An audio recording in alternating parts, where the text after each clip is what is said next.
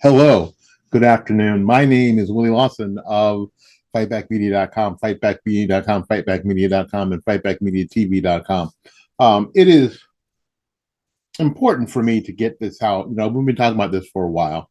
Um, Ever since the Supreme Court decided to put the kibosh on universities admitting students to the school based purely on race, or using race as a determining factor on whether kids were going to get in school or not. Basically, using what we've called affirmative action to decide who gets in, who doesn't get in.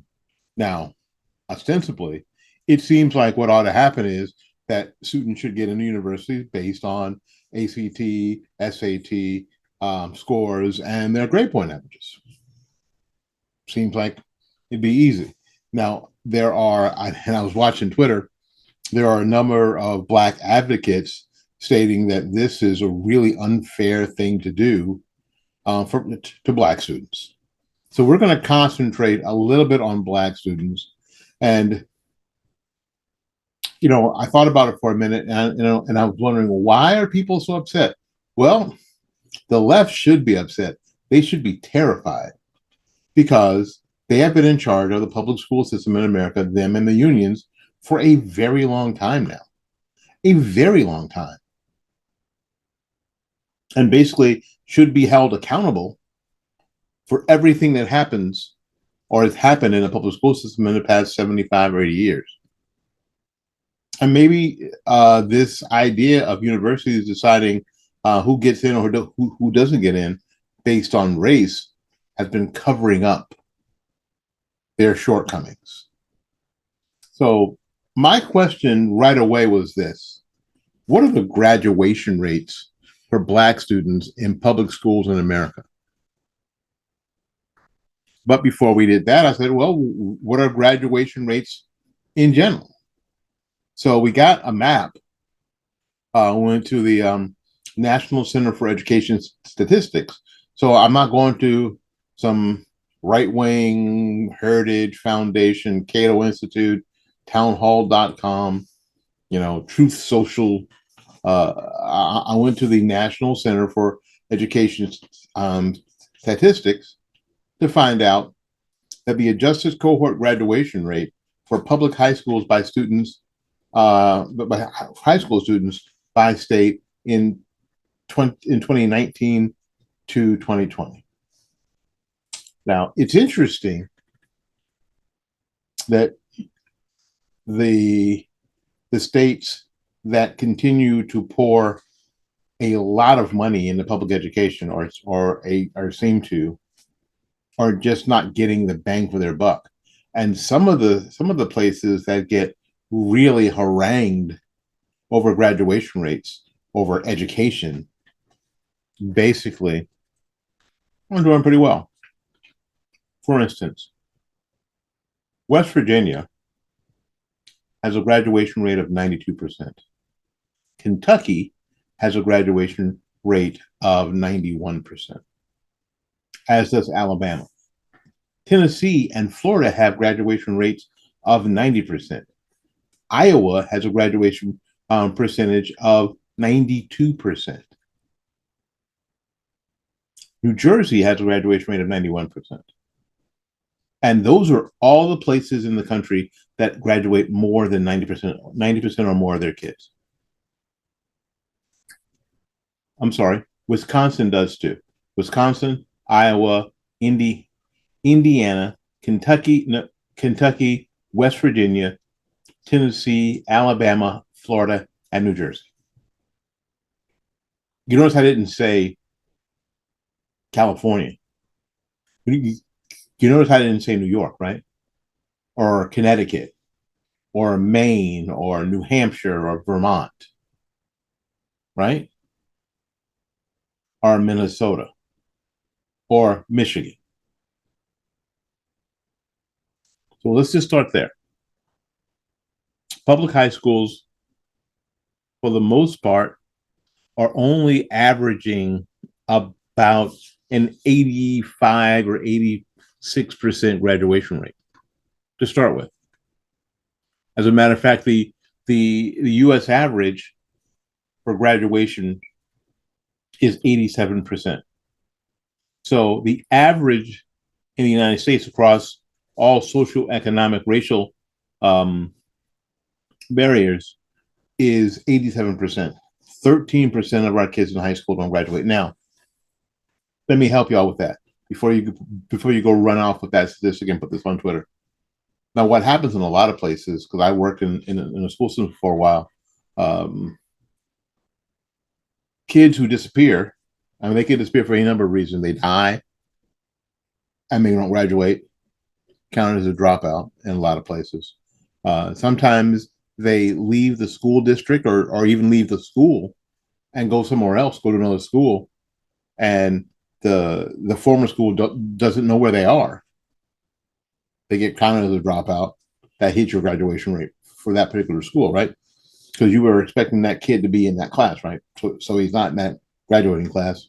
Dropout, you don't know where he is. You have to count him as a dropout a lot of times. That happened at the school that I was at. Every now and again, it happens more often than you think. It's not a big deal, but it does happen every now and again. I think it happens less now that records are computerized, digitized, but it used to happen a lot more often when they just didn't call or you just didn't send the paper folder across the country to another school. You know what I'm saying? All right, let's do the breakdown. Who graduates the most? Not white kids, Asian kids. Asian kids have a graduation rate in the United States in 2019, 2020 of 93%. 93%. Still, 7% of Asian kids don't graduate from high school. And probably for the reasons that I talked about just now, for the very same reasons. And some of them just drop out. The stereotype that every kid from China is a genius is a ridiculous, outrageous stereotype. It's stupid. Because everybody's got their kids who struggle. Everybody's got their people who struggle academically. Now, next on the hit parade are your run of the mill white kids. Let's love our white kids, right? 90% of them graduate from high school. Okay. Which is only 3% more than the average. Only 3% more than the average. The next group, as you probably expected, are Hispanic kids. 83% of them graduate from high school, which means 17% of Hispanic kids do not graduate from high school for whatever reason. It's starting to become problematical, right? But especially with the growing population, the increasing population of people that we consider Hispanic. Now, we consider Hispanic, but we don't say they're from Spain. We should, but we don't. Yeah. Okay? That's becoming a larger and larger problem.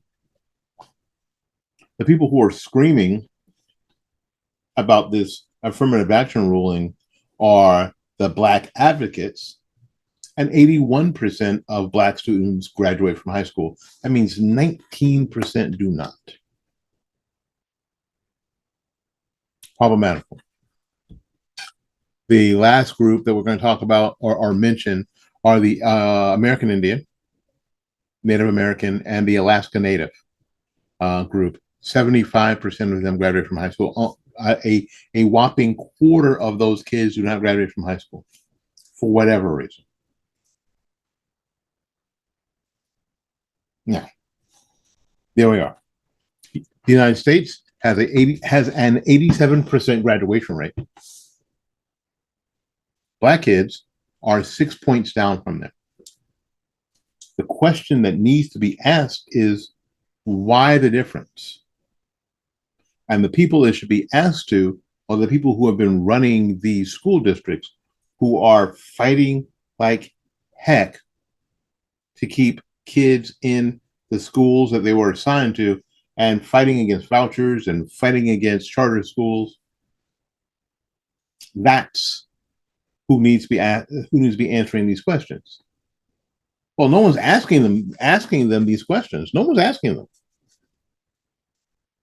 What they're screaming for is that for some reason that some of these kids who barely graduate should be admitted to college simply because they're black, or simply because they're Hispanic, or simply because in the name of diversity.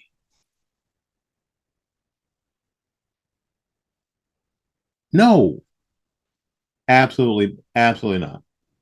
Absolutely not.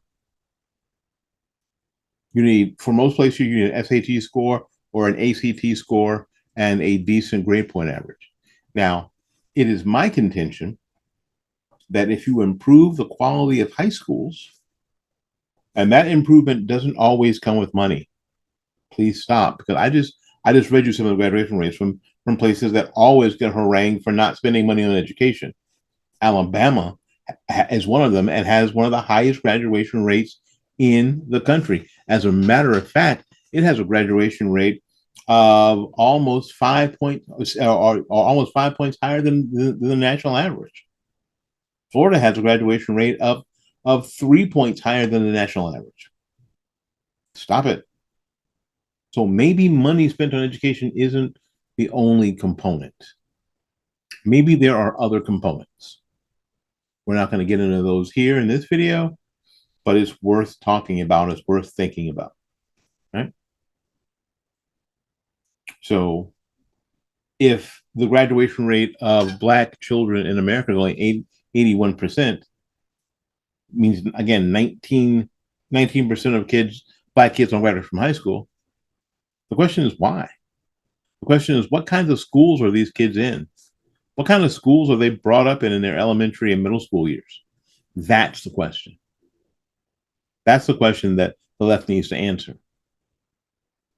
And especially for Black boys, especially for Black boys who fall behind in every freaking category. In every category, especially one of the more important categories, and that's reading. That is horrific. That is horrific. And this is something that we need to address. So, according to a study from Harvard University's program on education policy and governance, overall students are achieving at a faster pace in charter schools, especially Black students and students from low income backgrounds.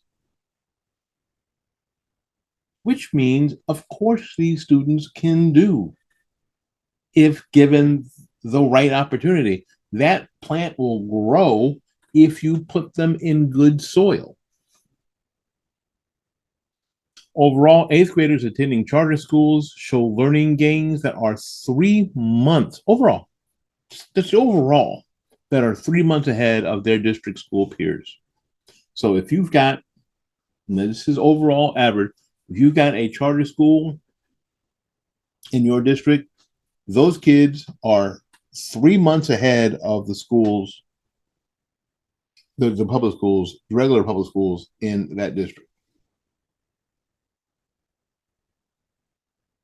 Black students in particular were an additional 6 months.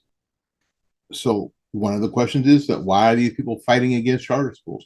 Why are they fighting against vouchers?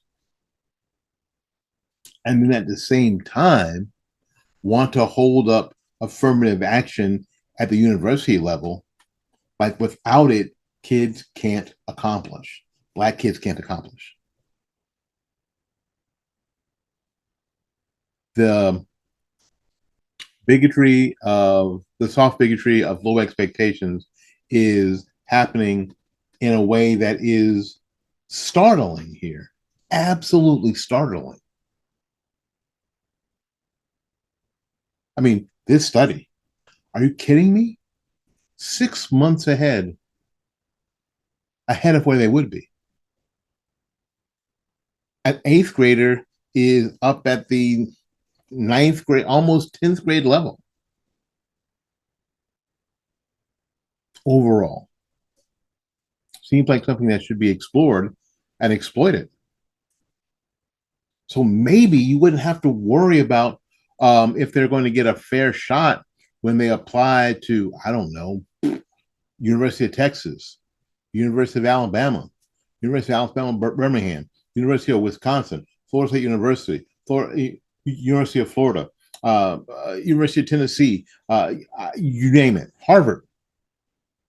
Harvard has decided that it's just too Asian and decided to institute programs and not have as many Asian students on campus.